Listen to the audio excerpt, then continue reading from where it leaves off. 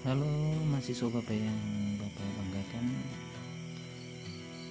berjumpa lagi di dalam kuliah online pada mata kuliah aspek hukum dalam bisnis, dengan saya sendiri Mikael Fajar yang akan memberikan sedikit materi tentang aspek hukum dalam bisnis, yang dimana kajiannya kita terlebih dahulu mempelajari tentang apa dan bagaimana sih hukum itu. Lalu nantinya akan kita lihat pemahaman-pemahaman mengenai tentang pemahaman hukum dari berbagai kalangan.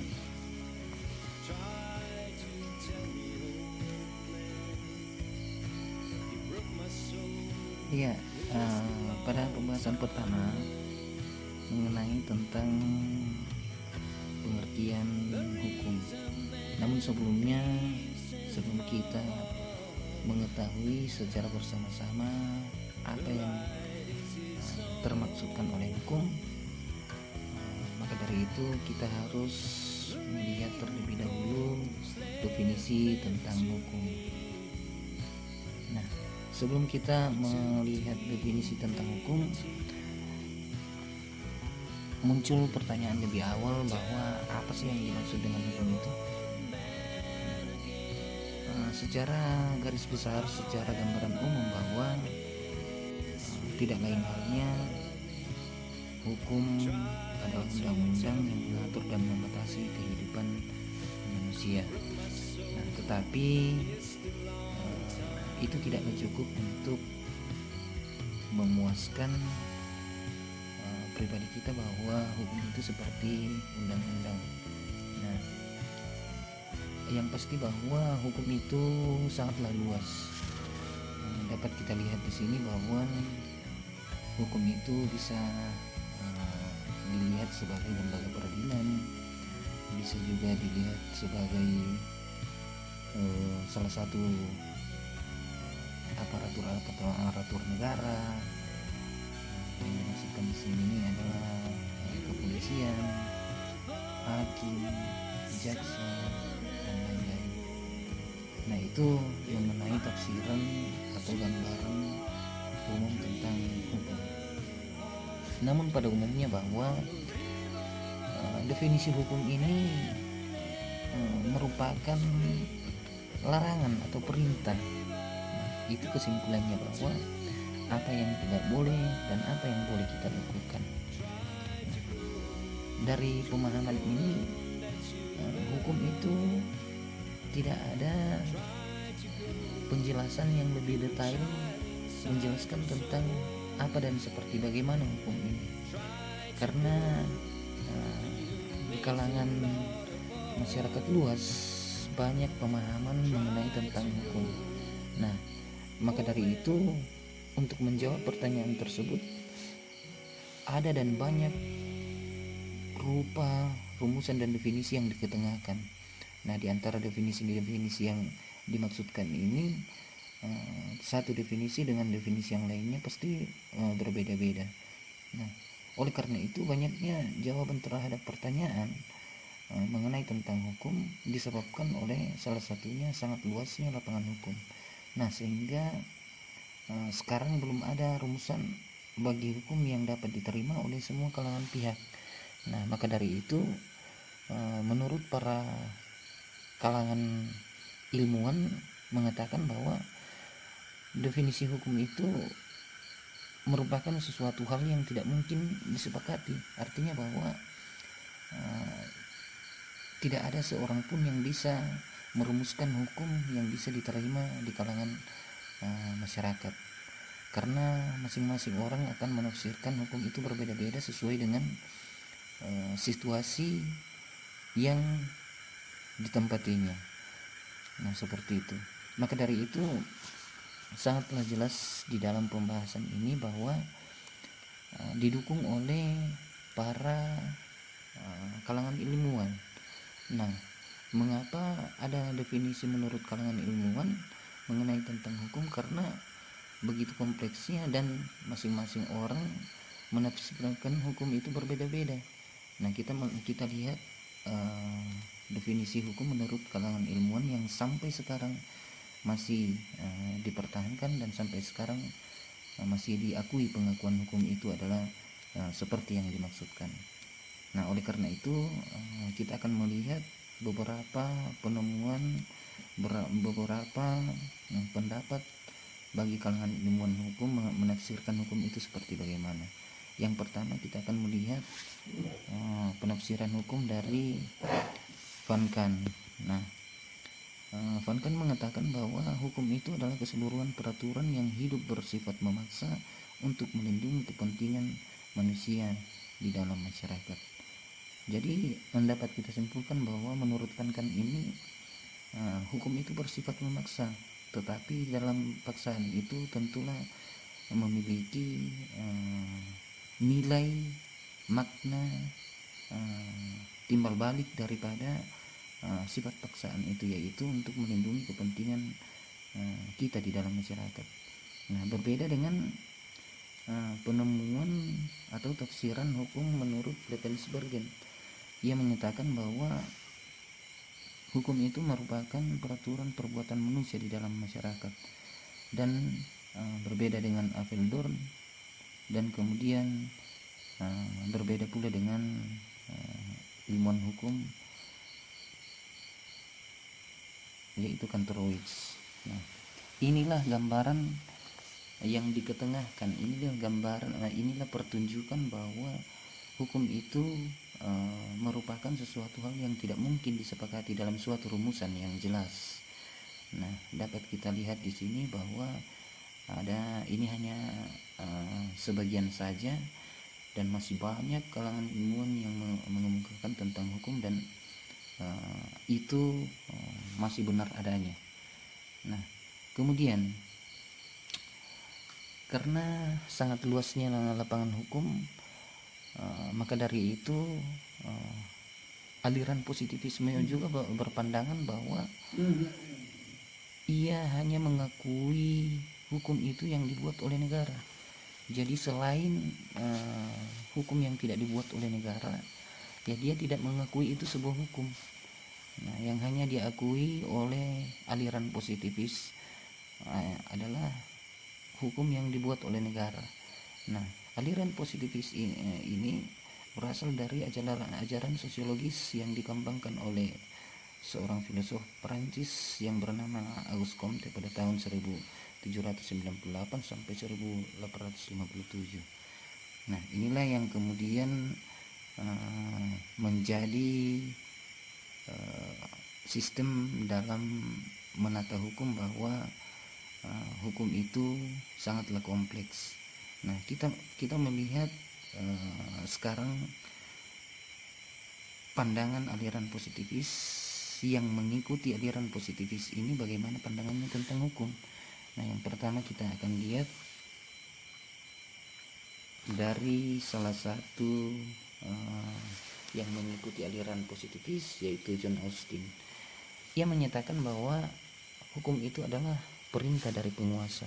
Nah, ini suatu pertanda bahwa hukum itu sangatlah luas lapangannya, sehingga tidak ada pemahaman yang satu paham dengan pemahaman tentang hukum. Nah, John Austin mengatakan bahwa hukum adalah perintah dari penguasa. Nah, kalau kita ingin melihat kelemahan daripada pandangan aliran positivis ini, kita akan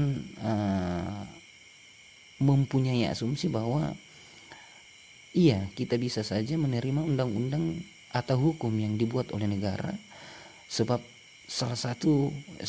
itu adalah salah satu sumber hukum, tetapi ia bukan satu-satunya sumber hukum. Nah, inilah yang menjadi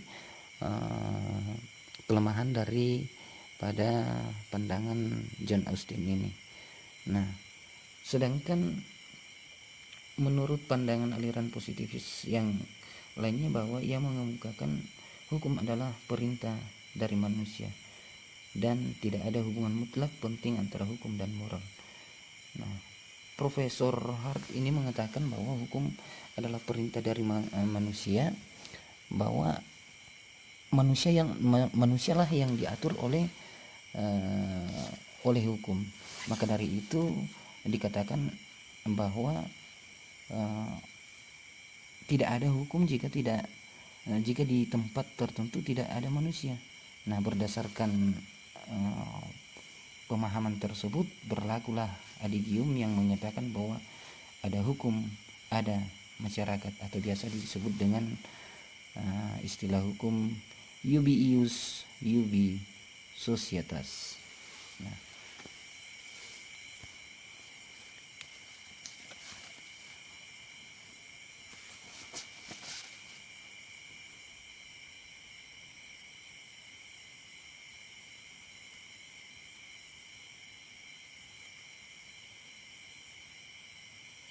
oke, sekarang kita akan melihat bagaimana hukum ini sebenarnya.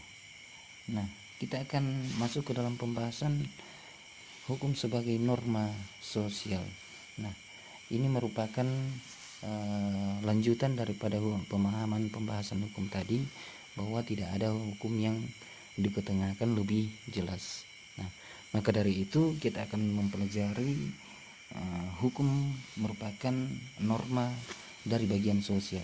Nah, di sini kita akan melihat bahwa mengapa di dalam slide ini hukum saya coret. Nah, saya kasih waktu untuk teman-teman mahasiswa untuk menganalisa, untuk mengkaji sebentar mengapa hukum saya coret.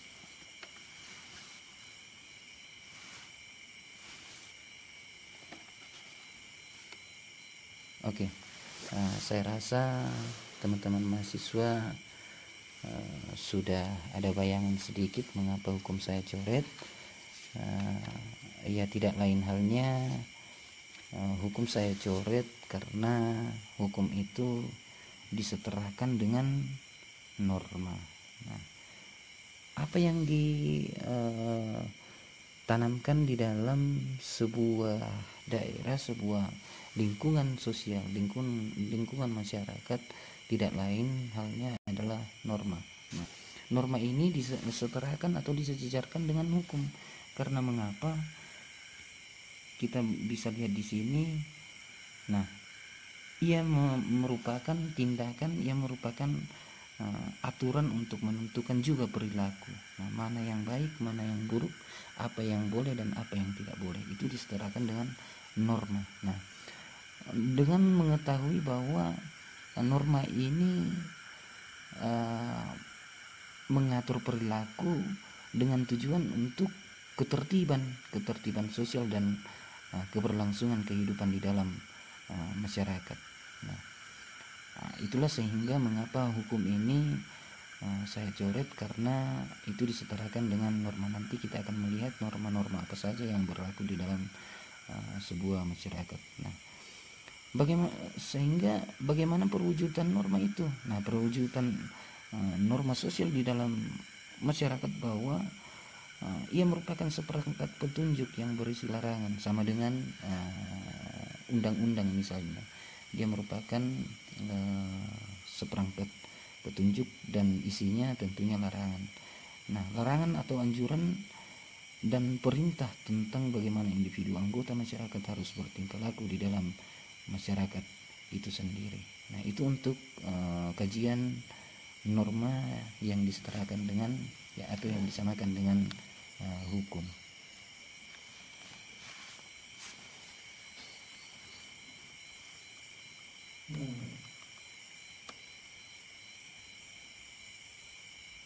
Nah, sekarang kita akan melihat bahwa ada beberapa norma yang berlaku di dalam kehidupan sosial, yang berlaku di dalam kehidupan masyarakat.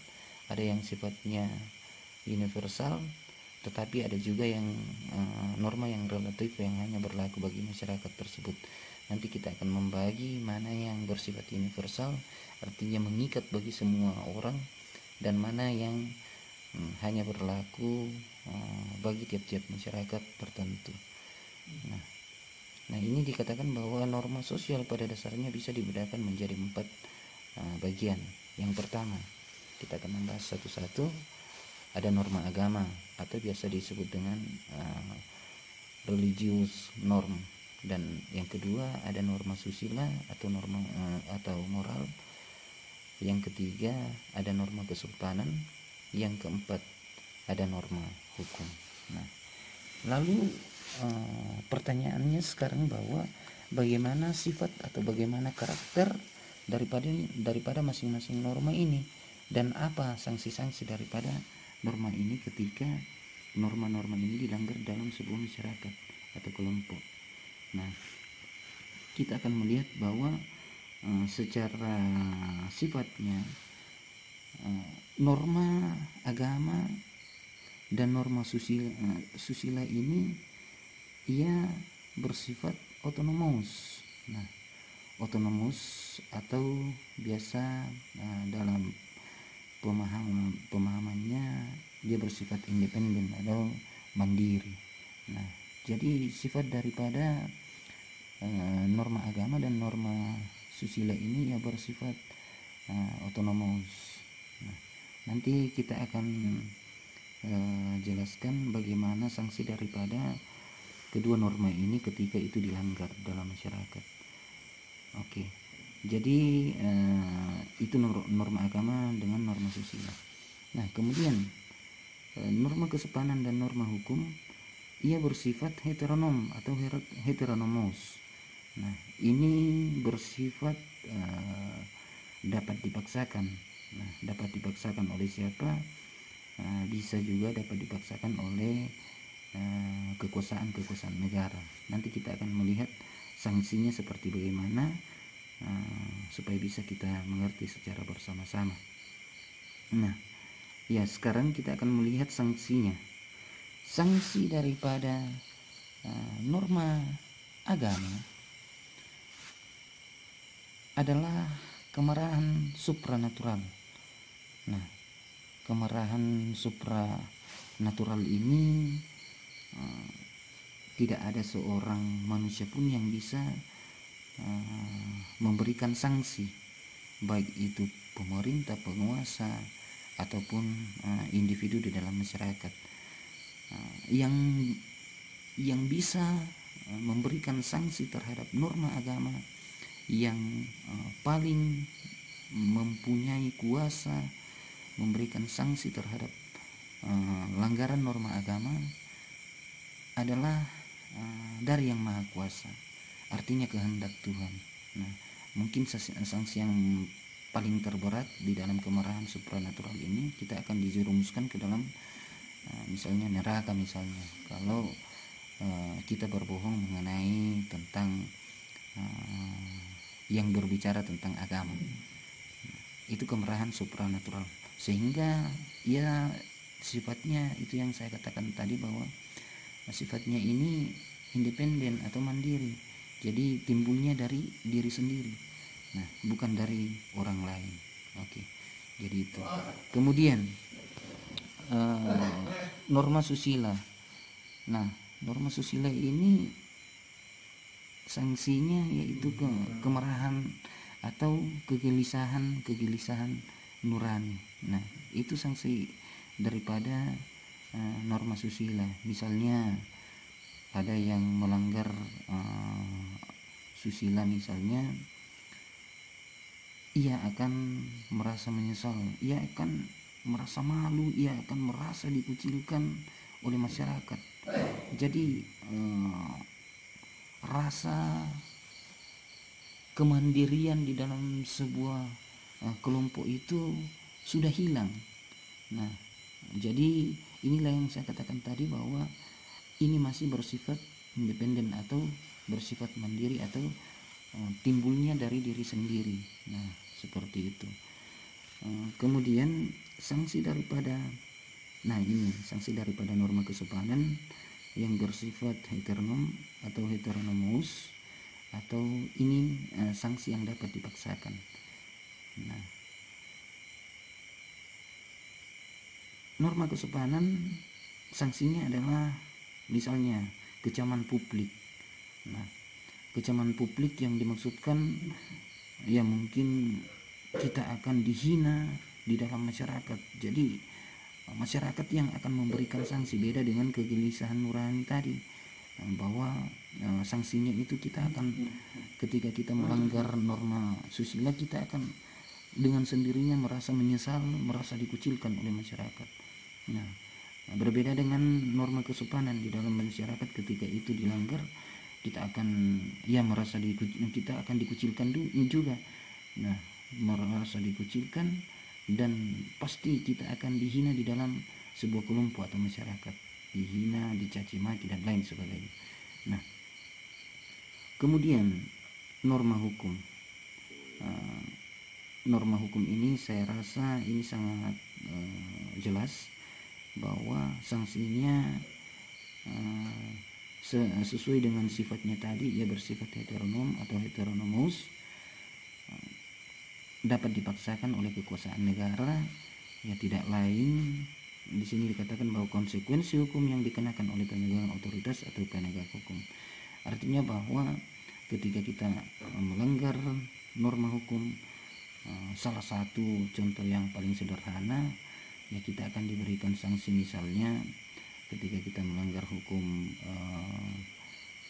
pencurian misalnya dan lain sebagainya, kita akan dikenakan pidana atau denda atau sesuai dengan ketentuan-ketentuan lainnya.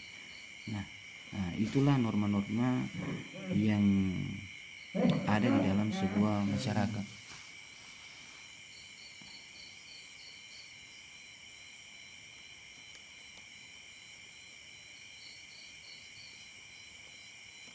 Nah, sekarang kita akan melangkah ke poin yang kelima, yaitu subjek hukum.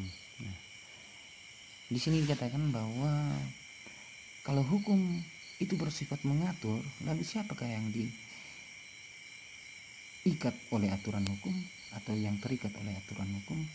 Nah, tentunya teman-teman mahasiswa, siapa yang diikat oleh aturan hukum?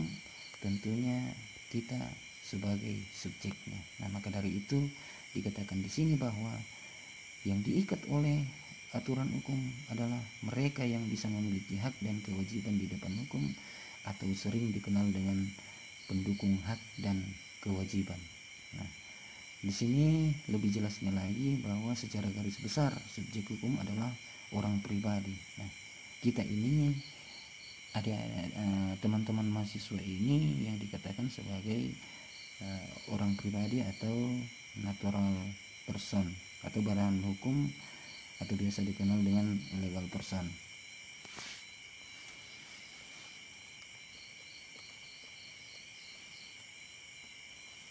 Nah, itu subjek hukum. Sekarang kita ke objek hukum.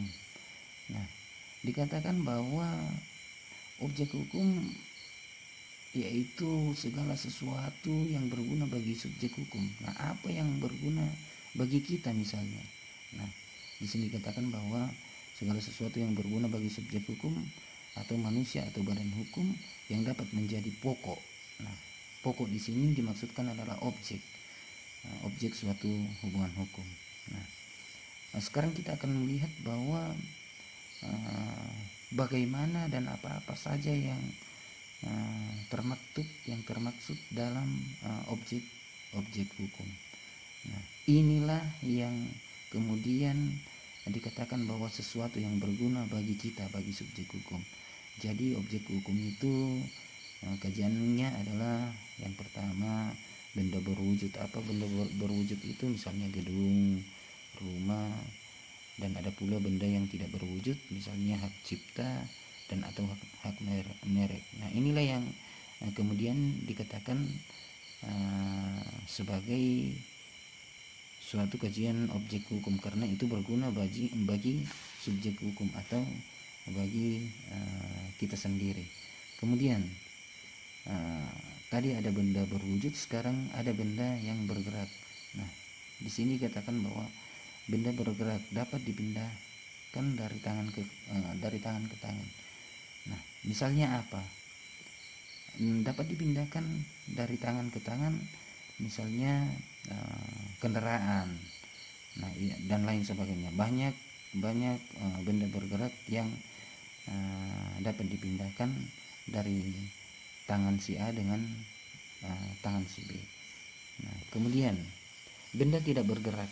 Nah, apa yang bisa bermanfaat bagi subjek hukum atau bagi manusia atau bagi kita terhadap benda yang tidak bergerak? Nah, misalnya tanah, misalnya ia bermanfaat, ia berguna karena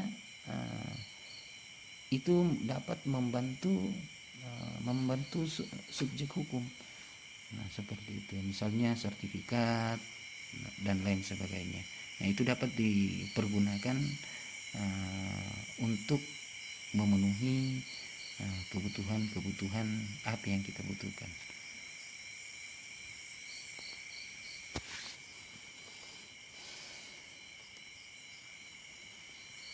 Nah, sekarang kita akan masuk di dalam ke dalam bagian B, yaitu peristiwa hukum atau biasa disebut dengan Rechtsfeld. Nah, di sini dikatakan bahwa peristiwa yang oleh keadaan hukum menimbulkan akibat hukum, yakni timbulnya atau hapusnya hak dan atau kewajiban tertentu bagi subjek hukum tertentu yang terkait dengan peristiwa tersebut. Nah, di sini saya akan menjelaskan sedikit bahwa dikatakan peristiwa hukum atau Rechtsfeld adalah peristiwa yang diakui dan diatur di dalam hukum. Nah, jadi ada peristiwa yang diakui dan diatur dalam hukum, nanti kita akan jabarkan. Dan kemudian peristiwa hukum dapat memberi akibat hukum. Nah, akibat hukum inilah yang merupakan akibat yang mengandung hak dan kewajiban. Nah, peristiwa hukum atau Rechtsfeld dapat terjadi karena beberapa hal. Nah, inilah yang kemudian dikatakan bahwa peristiwa hukum ini bisa menimbulkan akibat daripada hukum, yaitu timbulnya hak atau dan hapusnya hak dan atau kewajiban. Nah, salah satu contoh yang ada di bawah bahwa jual beli menimbulkan hak dan kewajiban bagi masing-masing pihak. Nah, dan ada beberapa lagi pembagian daripada peristiwa hukum atau Rechtsfeld. Misalnya ia menimbulkan akibat hukum. Bagaimana menimbulkan akibat hukum dapat kita lihat dari contoh kasus, misalnya di situasi-situasi khusus. Nah, misalnya orang yang sakit jiwa, karena seseorang yang menderita sakit jiwa itu akan secara otomatis kehilangan hak-haknya, jadi menimbulkan akibat hukum. Nah, maka dari itu hak-haknya itu diadakan perwalian, artinya bahwa orang itu ditempatkan di bawah perwalian. Orang yang sakit jiwa yang saya jelaskan tadi ditempatkan di bawah perwalian. Nah, orang yang ditunjuk untuk mewakili tindakannya, yang juga bertindak sebagai pengawas terhadap tindakannya itu. Nah, itu di dalam situasi-situasi. Ya, jadi kita akan lanjut ke pembahasan berikutnya, yaitu sumber-sumber hukum. Nah, di mana sumber-sumber hukum ini adalah asal mulanya hukum. Jadi segala sesuatu yang dapat menimbulkan aturan-aturan hukum itu sehingga mempunyai kekuatan yang mengikat. Nah, yang dimaksudkan segala sesuatu tadi itu adalah faktor-faktor apa yang mempengaruhi sehingga hukum itu ada, sehingga hukum itu timbul. Dari mana hukum itu ditemukan atau dari mana berasalnya isi norma hukum itu sendiri.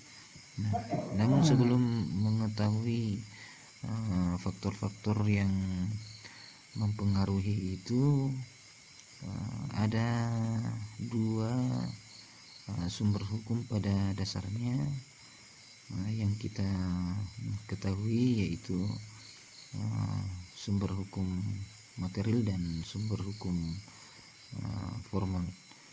Nah, di dalam sumber hukum material ini ia merupakan suatu kesadaran hukum yang ditemukan dalam kesadaran masyarakat tentang sesuatu yang dianggap sebagai yang seharusnya atau biasa dikenal di istilah hukum yaitu das solen atau dogmatif atau yang sepantasnya yang dilakukan. Nah, di dalam sumber hukum material ada dua faktor yang menentukan isi hukum dari sumber hukum material itu, yaitu yang pertama faktor ideal dan faktor kemasyarakatan. Nah, faktor ideal atau filosofis yaitu pedoman-pedoman yang tetap tentang keadilan yang harus ditaati oleh para pembentuk undang-undang. Nah, artinya bahwa pedoman kehidupan mengenai nilai-nilai etika dan keadilan yang harus dipatuhi oleh para pembentuk undang-undang ataupun oleh lembaga pelaksana hukum dalam melaksanakan tugas-tugasnya. Jadi di dalam faktor ideal ini dalam sumber hukum material ada pedoman-pedoman yang tetap yang harus ditaati oleh para pembentuk undang-undang yaitu nilai-nilai etika dan nilai-nilai keadilan yang ada yang timbul di dalam perasaan masyarakat. Nah, kemudian faktor kemasyarakatan. Salah satu faktor kemasyarakatan ini yang mempengaruhi pula sumber hukum material. Karena mengapa? Artinya bahwa faktor kemasyarakatan ini harus mempelajari apa yang nyata hidup di dalam masyarakat itu sendiri, sehingga ia tunduk pada aturan-aturan tata kehidupan masyarakat yang bersangkutan tersebut. Nah, artinya bahwa hal-hal yang nyata hidup dalam masyarakat yang tunduk pada aturan-aturan tata kehidupan masyarakat, misalnya apa yang hidup dan nyata yang terjadi di dalam kehidupan masyarakat, misalnya kebiasaan. Nah, kebiasaan itu salah satu contoh adat istiadat yang telah mentradisi yang ditaati sebagai aturan dalam bertingkah laku yang tetap di dalam masyarakat. Nah, itu merupakan salah satu faktor kemasyarakatan. Jadi salah satu faktor kemasyarakatan yang harus dipatuhi bahwa pedoman bagi pembuatan hukum yang harus dilihat bahwa apa yang hidup dan apa yang nyata dalam masyarakat tersebut. Nah, selain dari kebiasaan atau adat istiadat, ada pula keyakinan tentang agama, kepercayaan dan kesusilaan. Nah, itulah salah satu sumber-sumber hukum material yang dimana ada dua pembagian, yaitu sumber hukum material yang dipengaruhi oleh faktor ideal dan faktor kemasyarakatan. Nah, kemudian kita lanjut kepada sumber hukum formal. Jadi sumber hukum formal ini adalah tempat di mana dapat ditemukan atau diperoleh aturan-aturan yang berlaku yang mempunyai kekuatan mengikat baik mengikat terhadap masyarakat dan mengikat terhadap pemerintah, sehingga bisa ditaati. Nah, ada satu pendapat mengatakan bahwa hal yang bersangkut paut dengan masalah prosedur atau cara pembentukan dari undang-undang yang menjadi tugas dari lembaga legislatif. Ia menunjukkan pada tempat dan proses dibuatnya suatu peraturan perundang-undangan. Ini ditemukan oleh Utrecht yang mengatakan sumber hukum formal itu adalah sebagai salah satu prosedur atau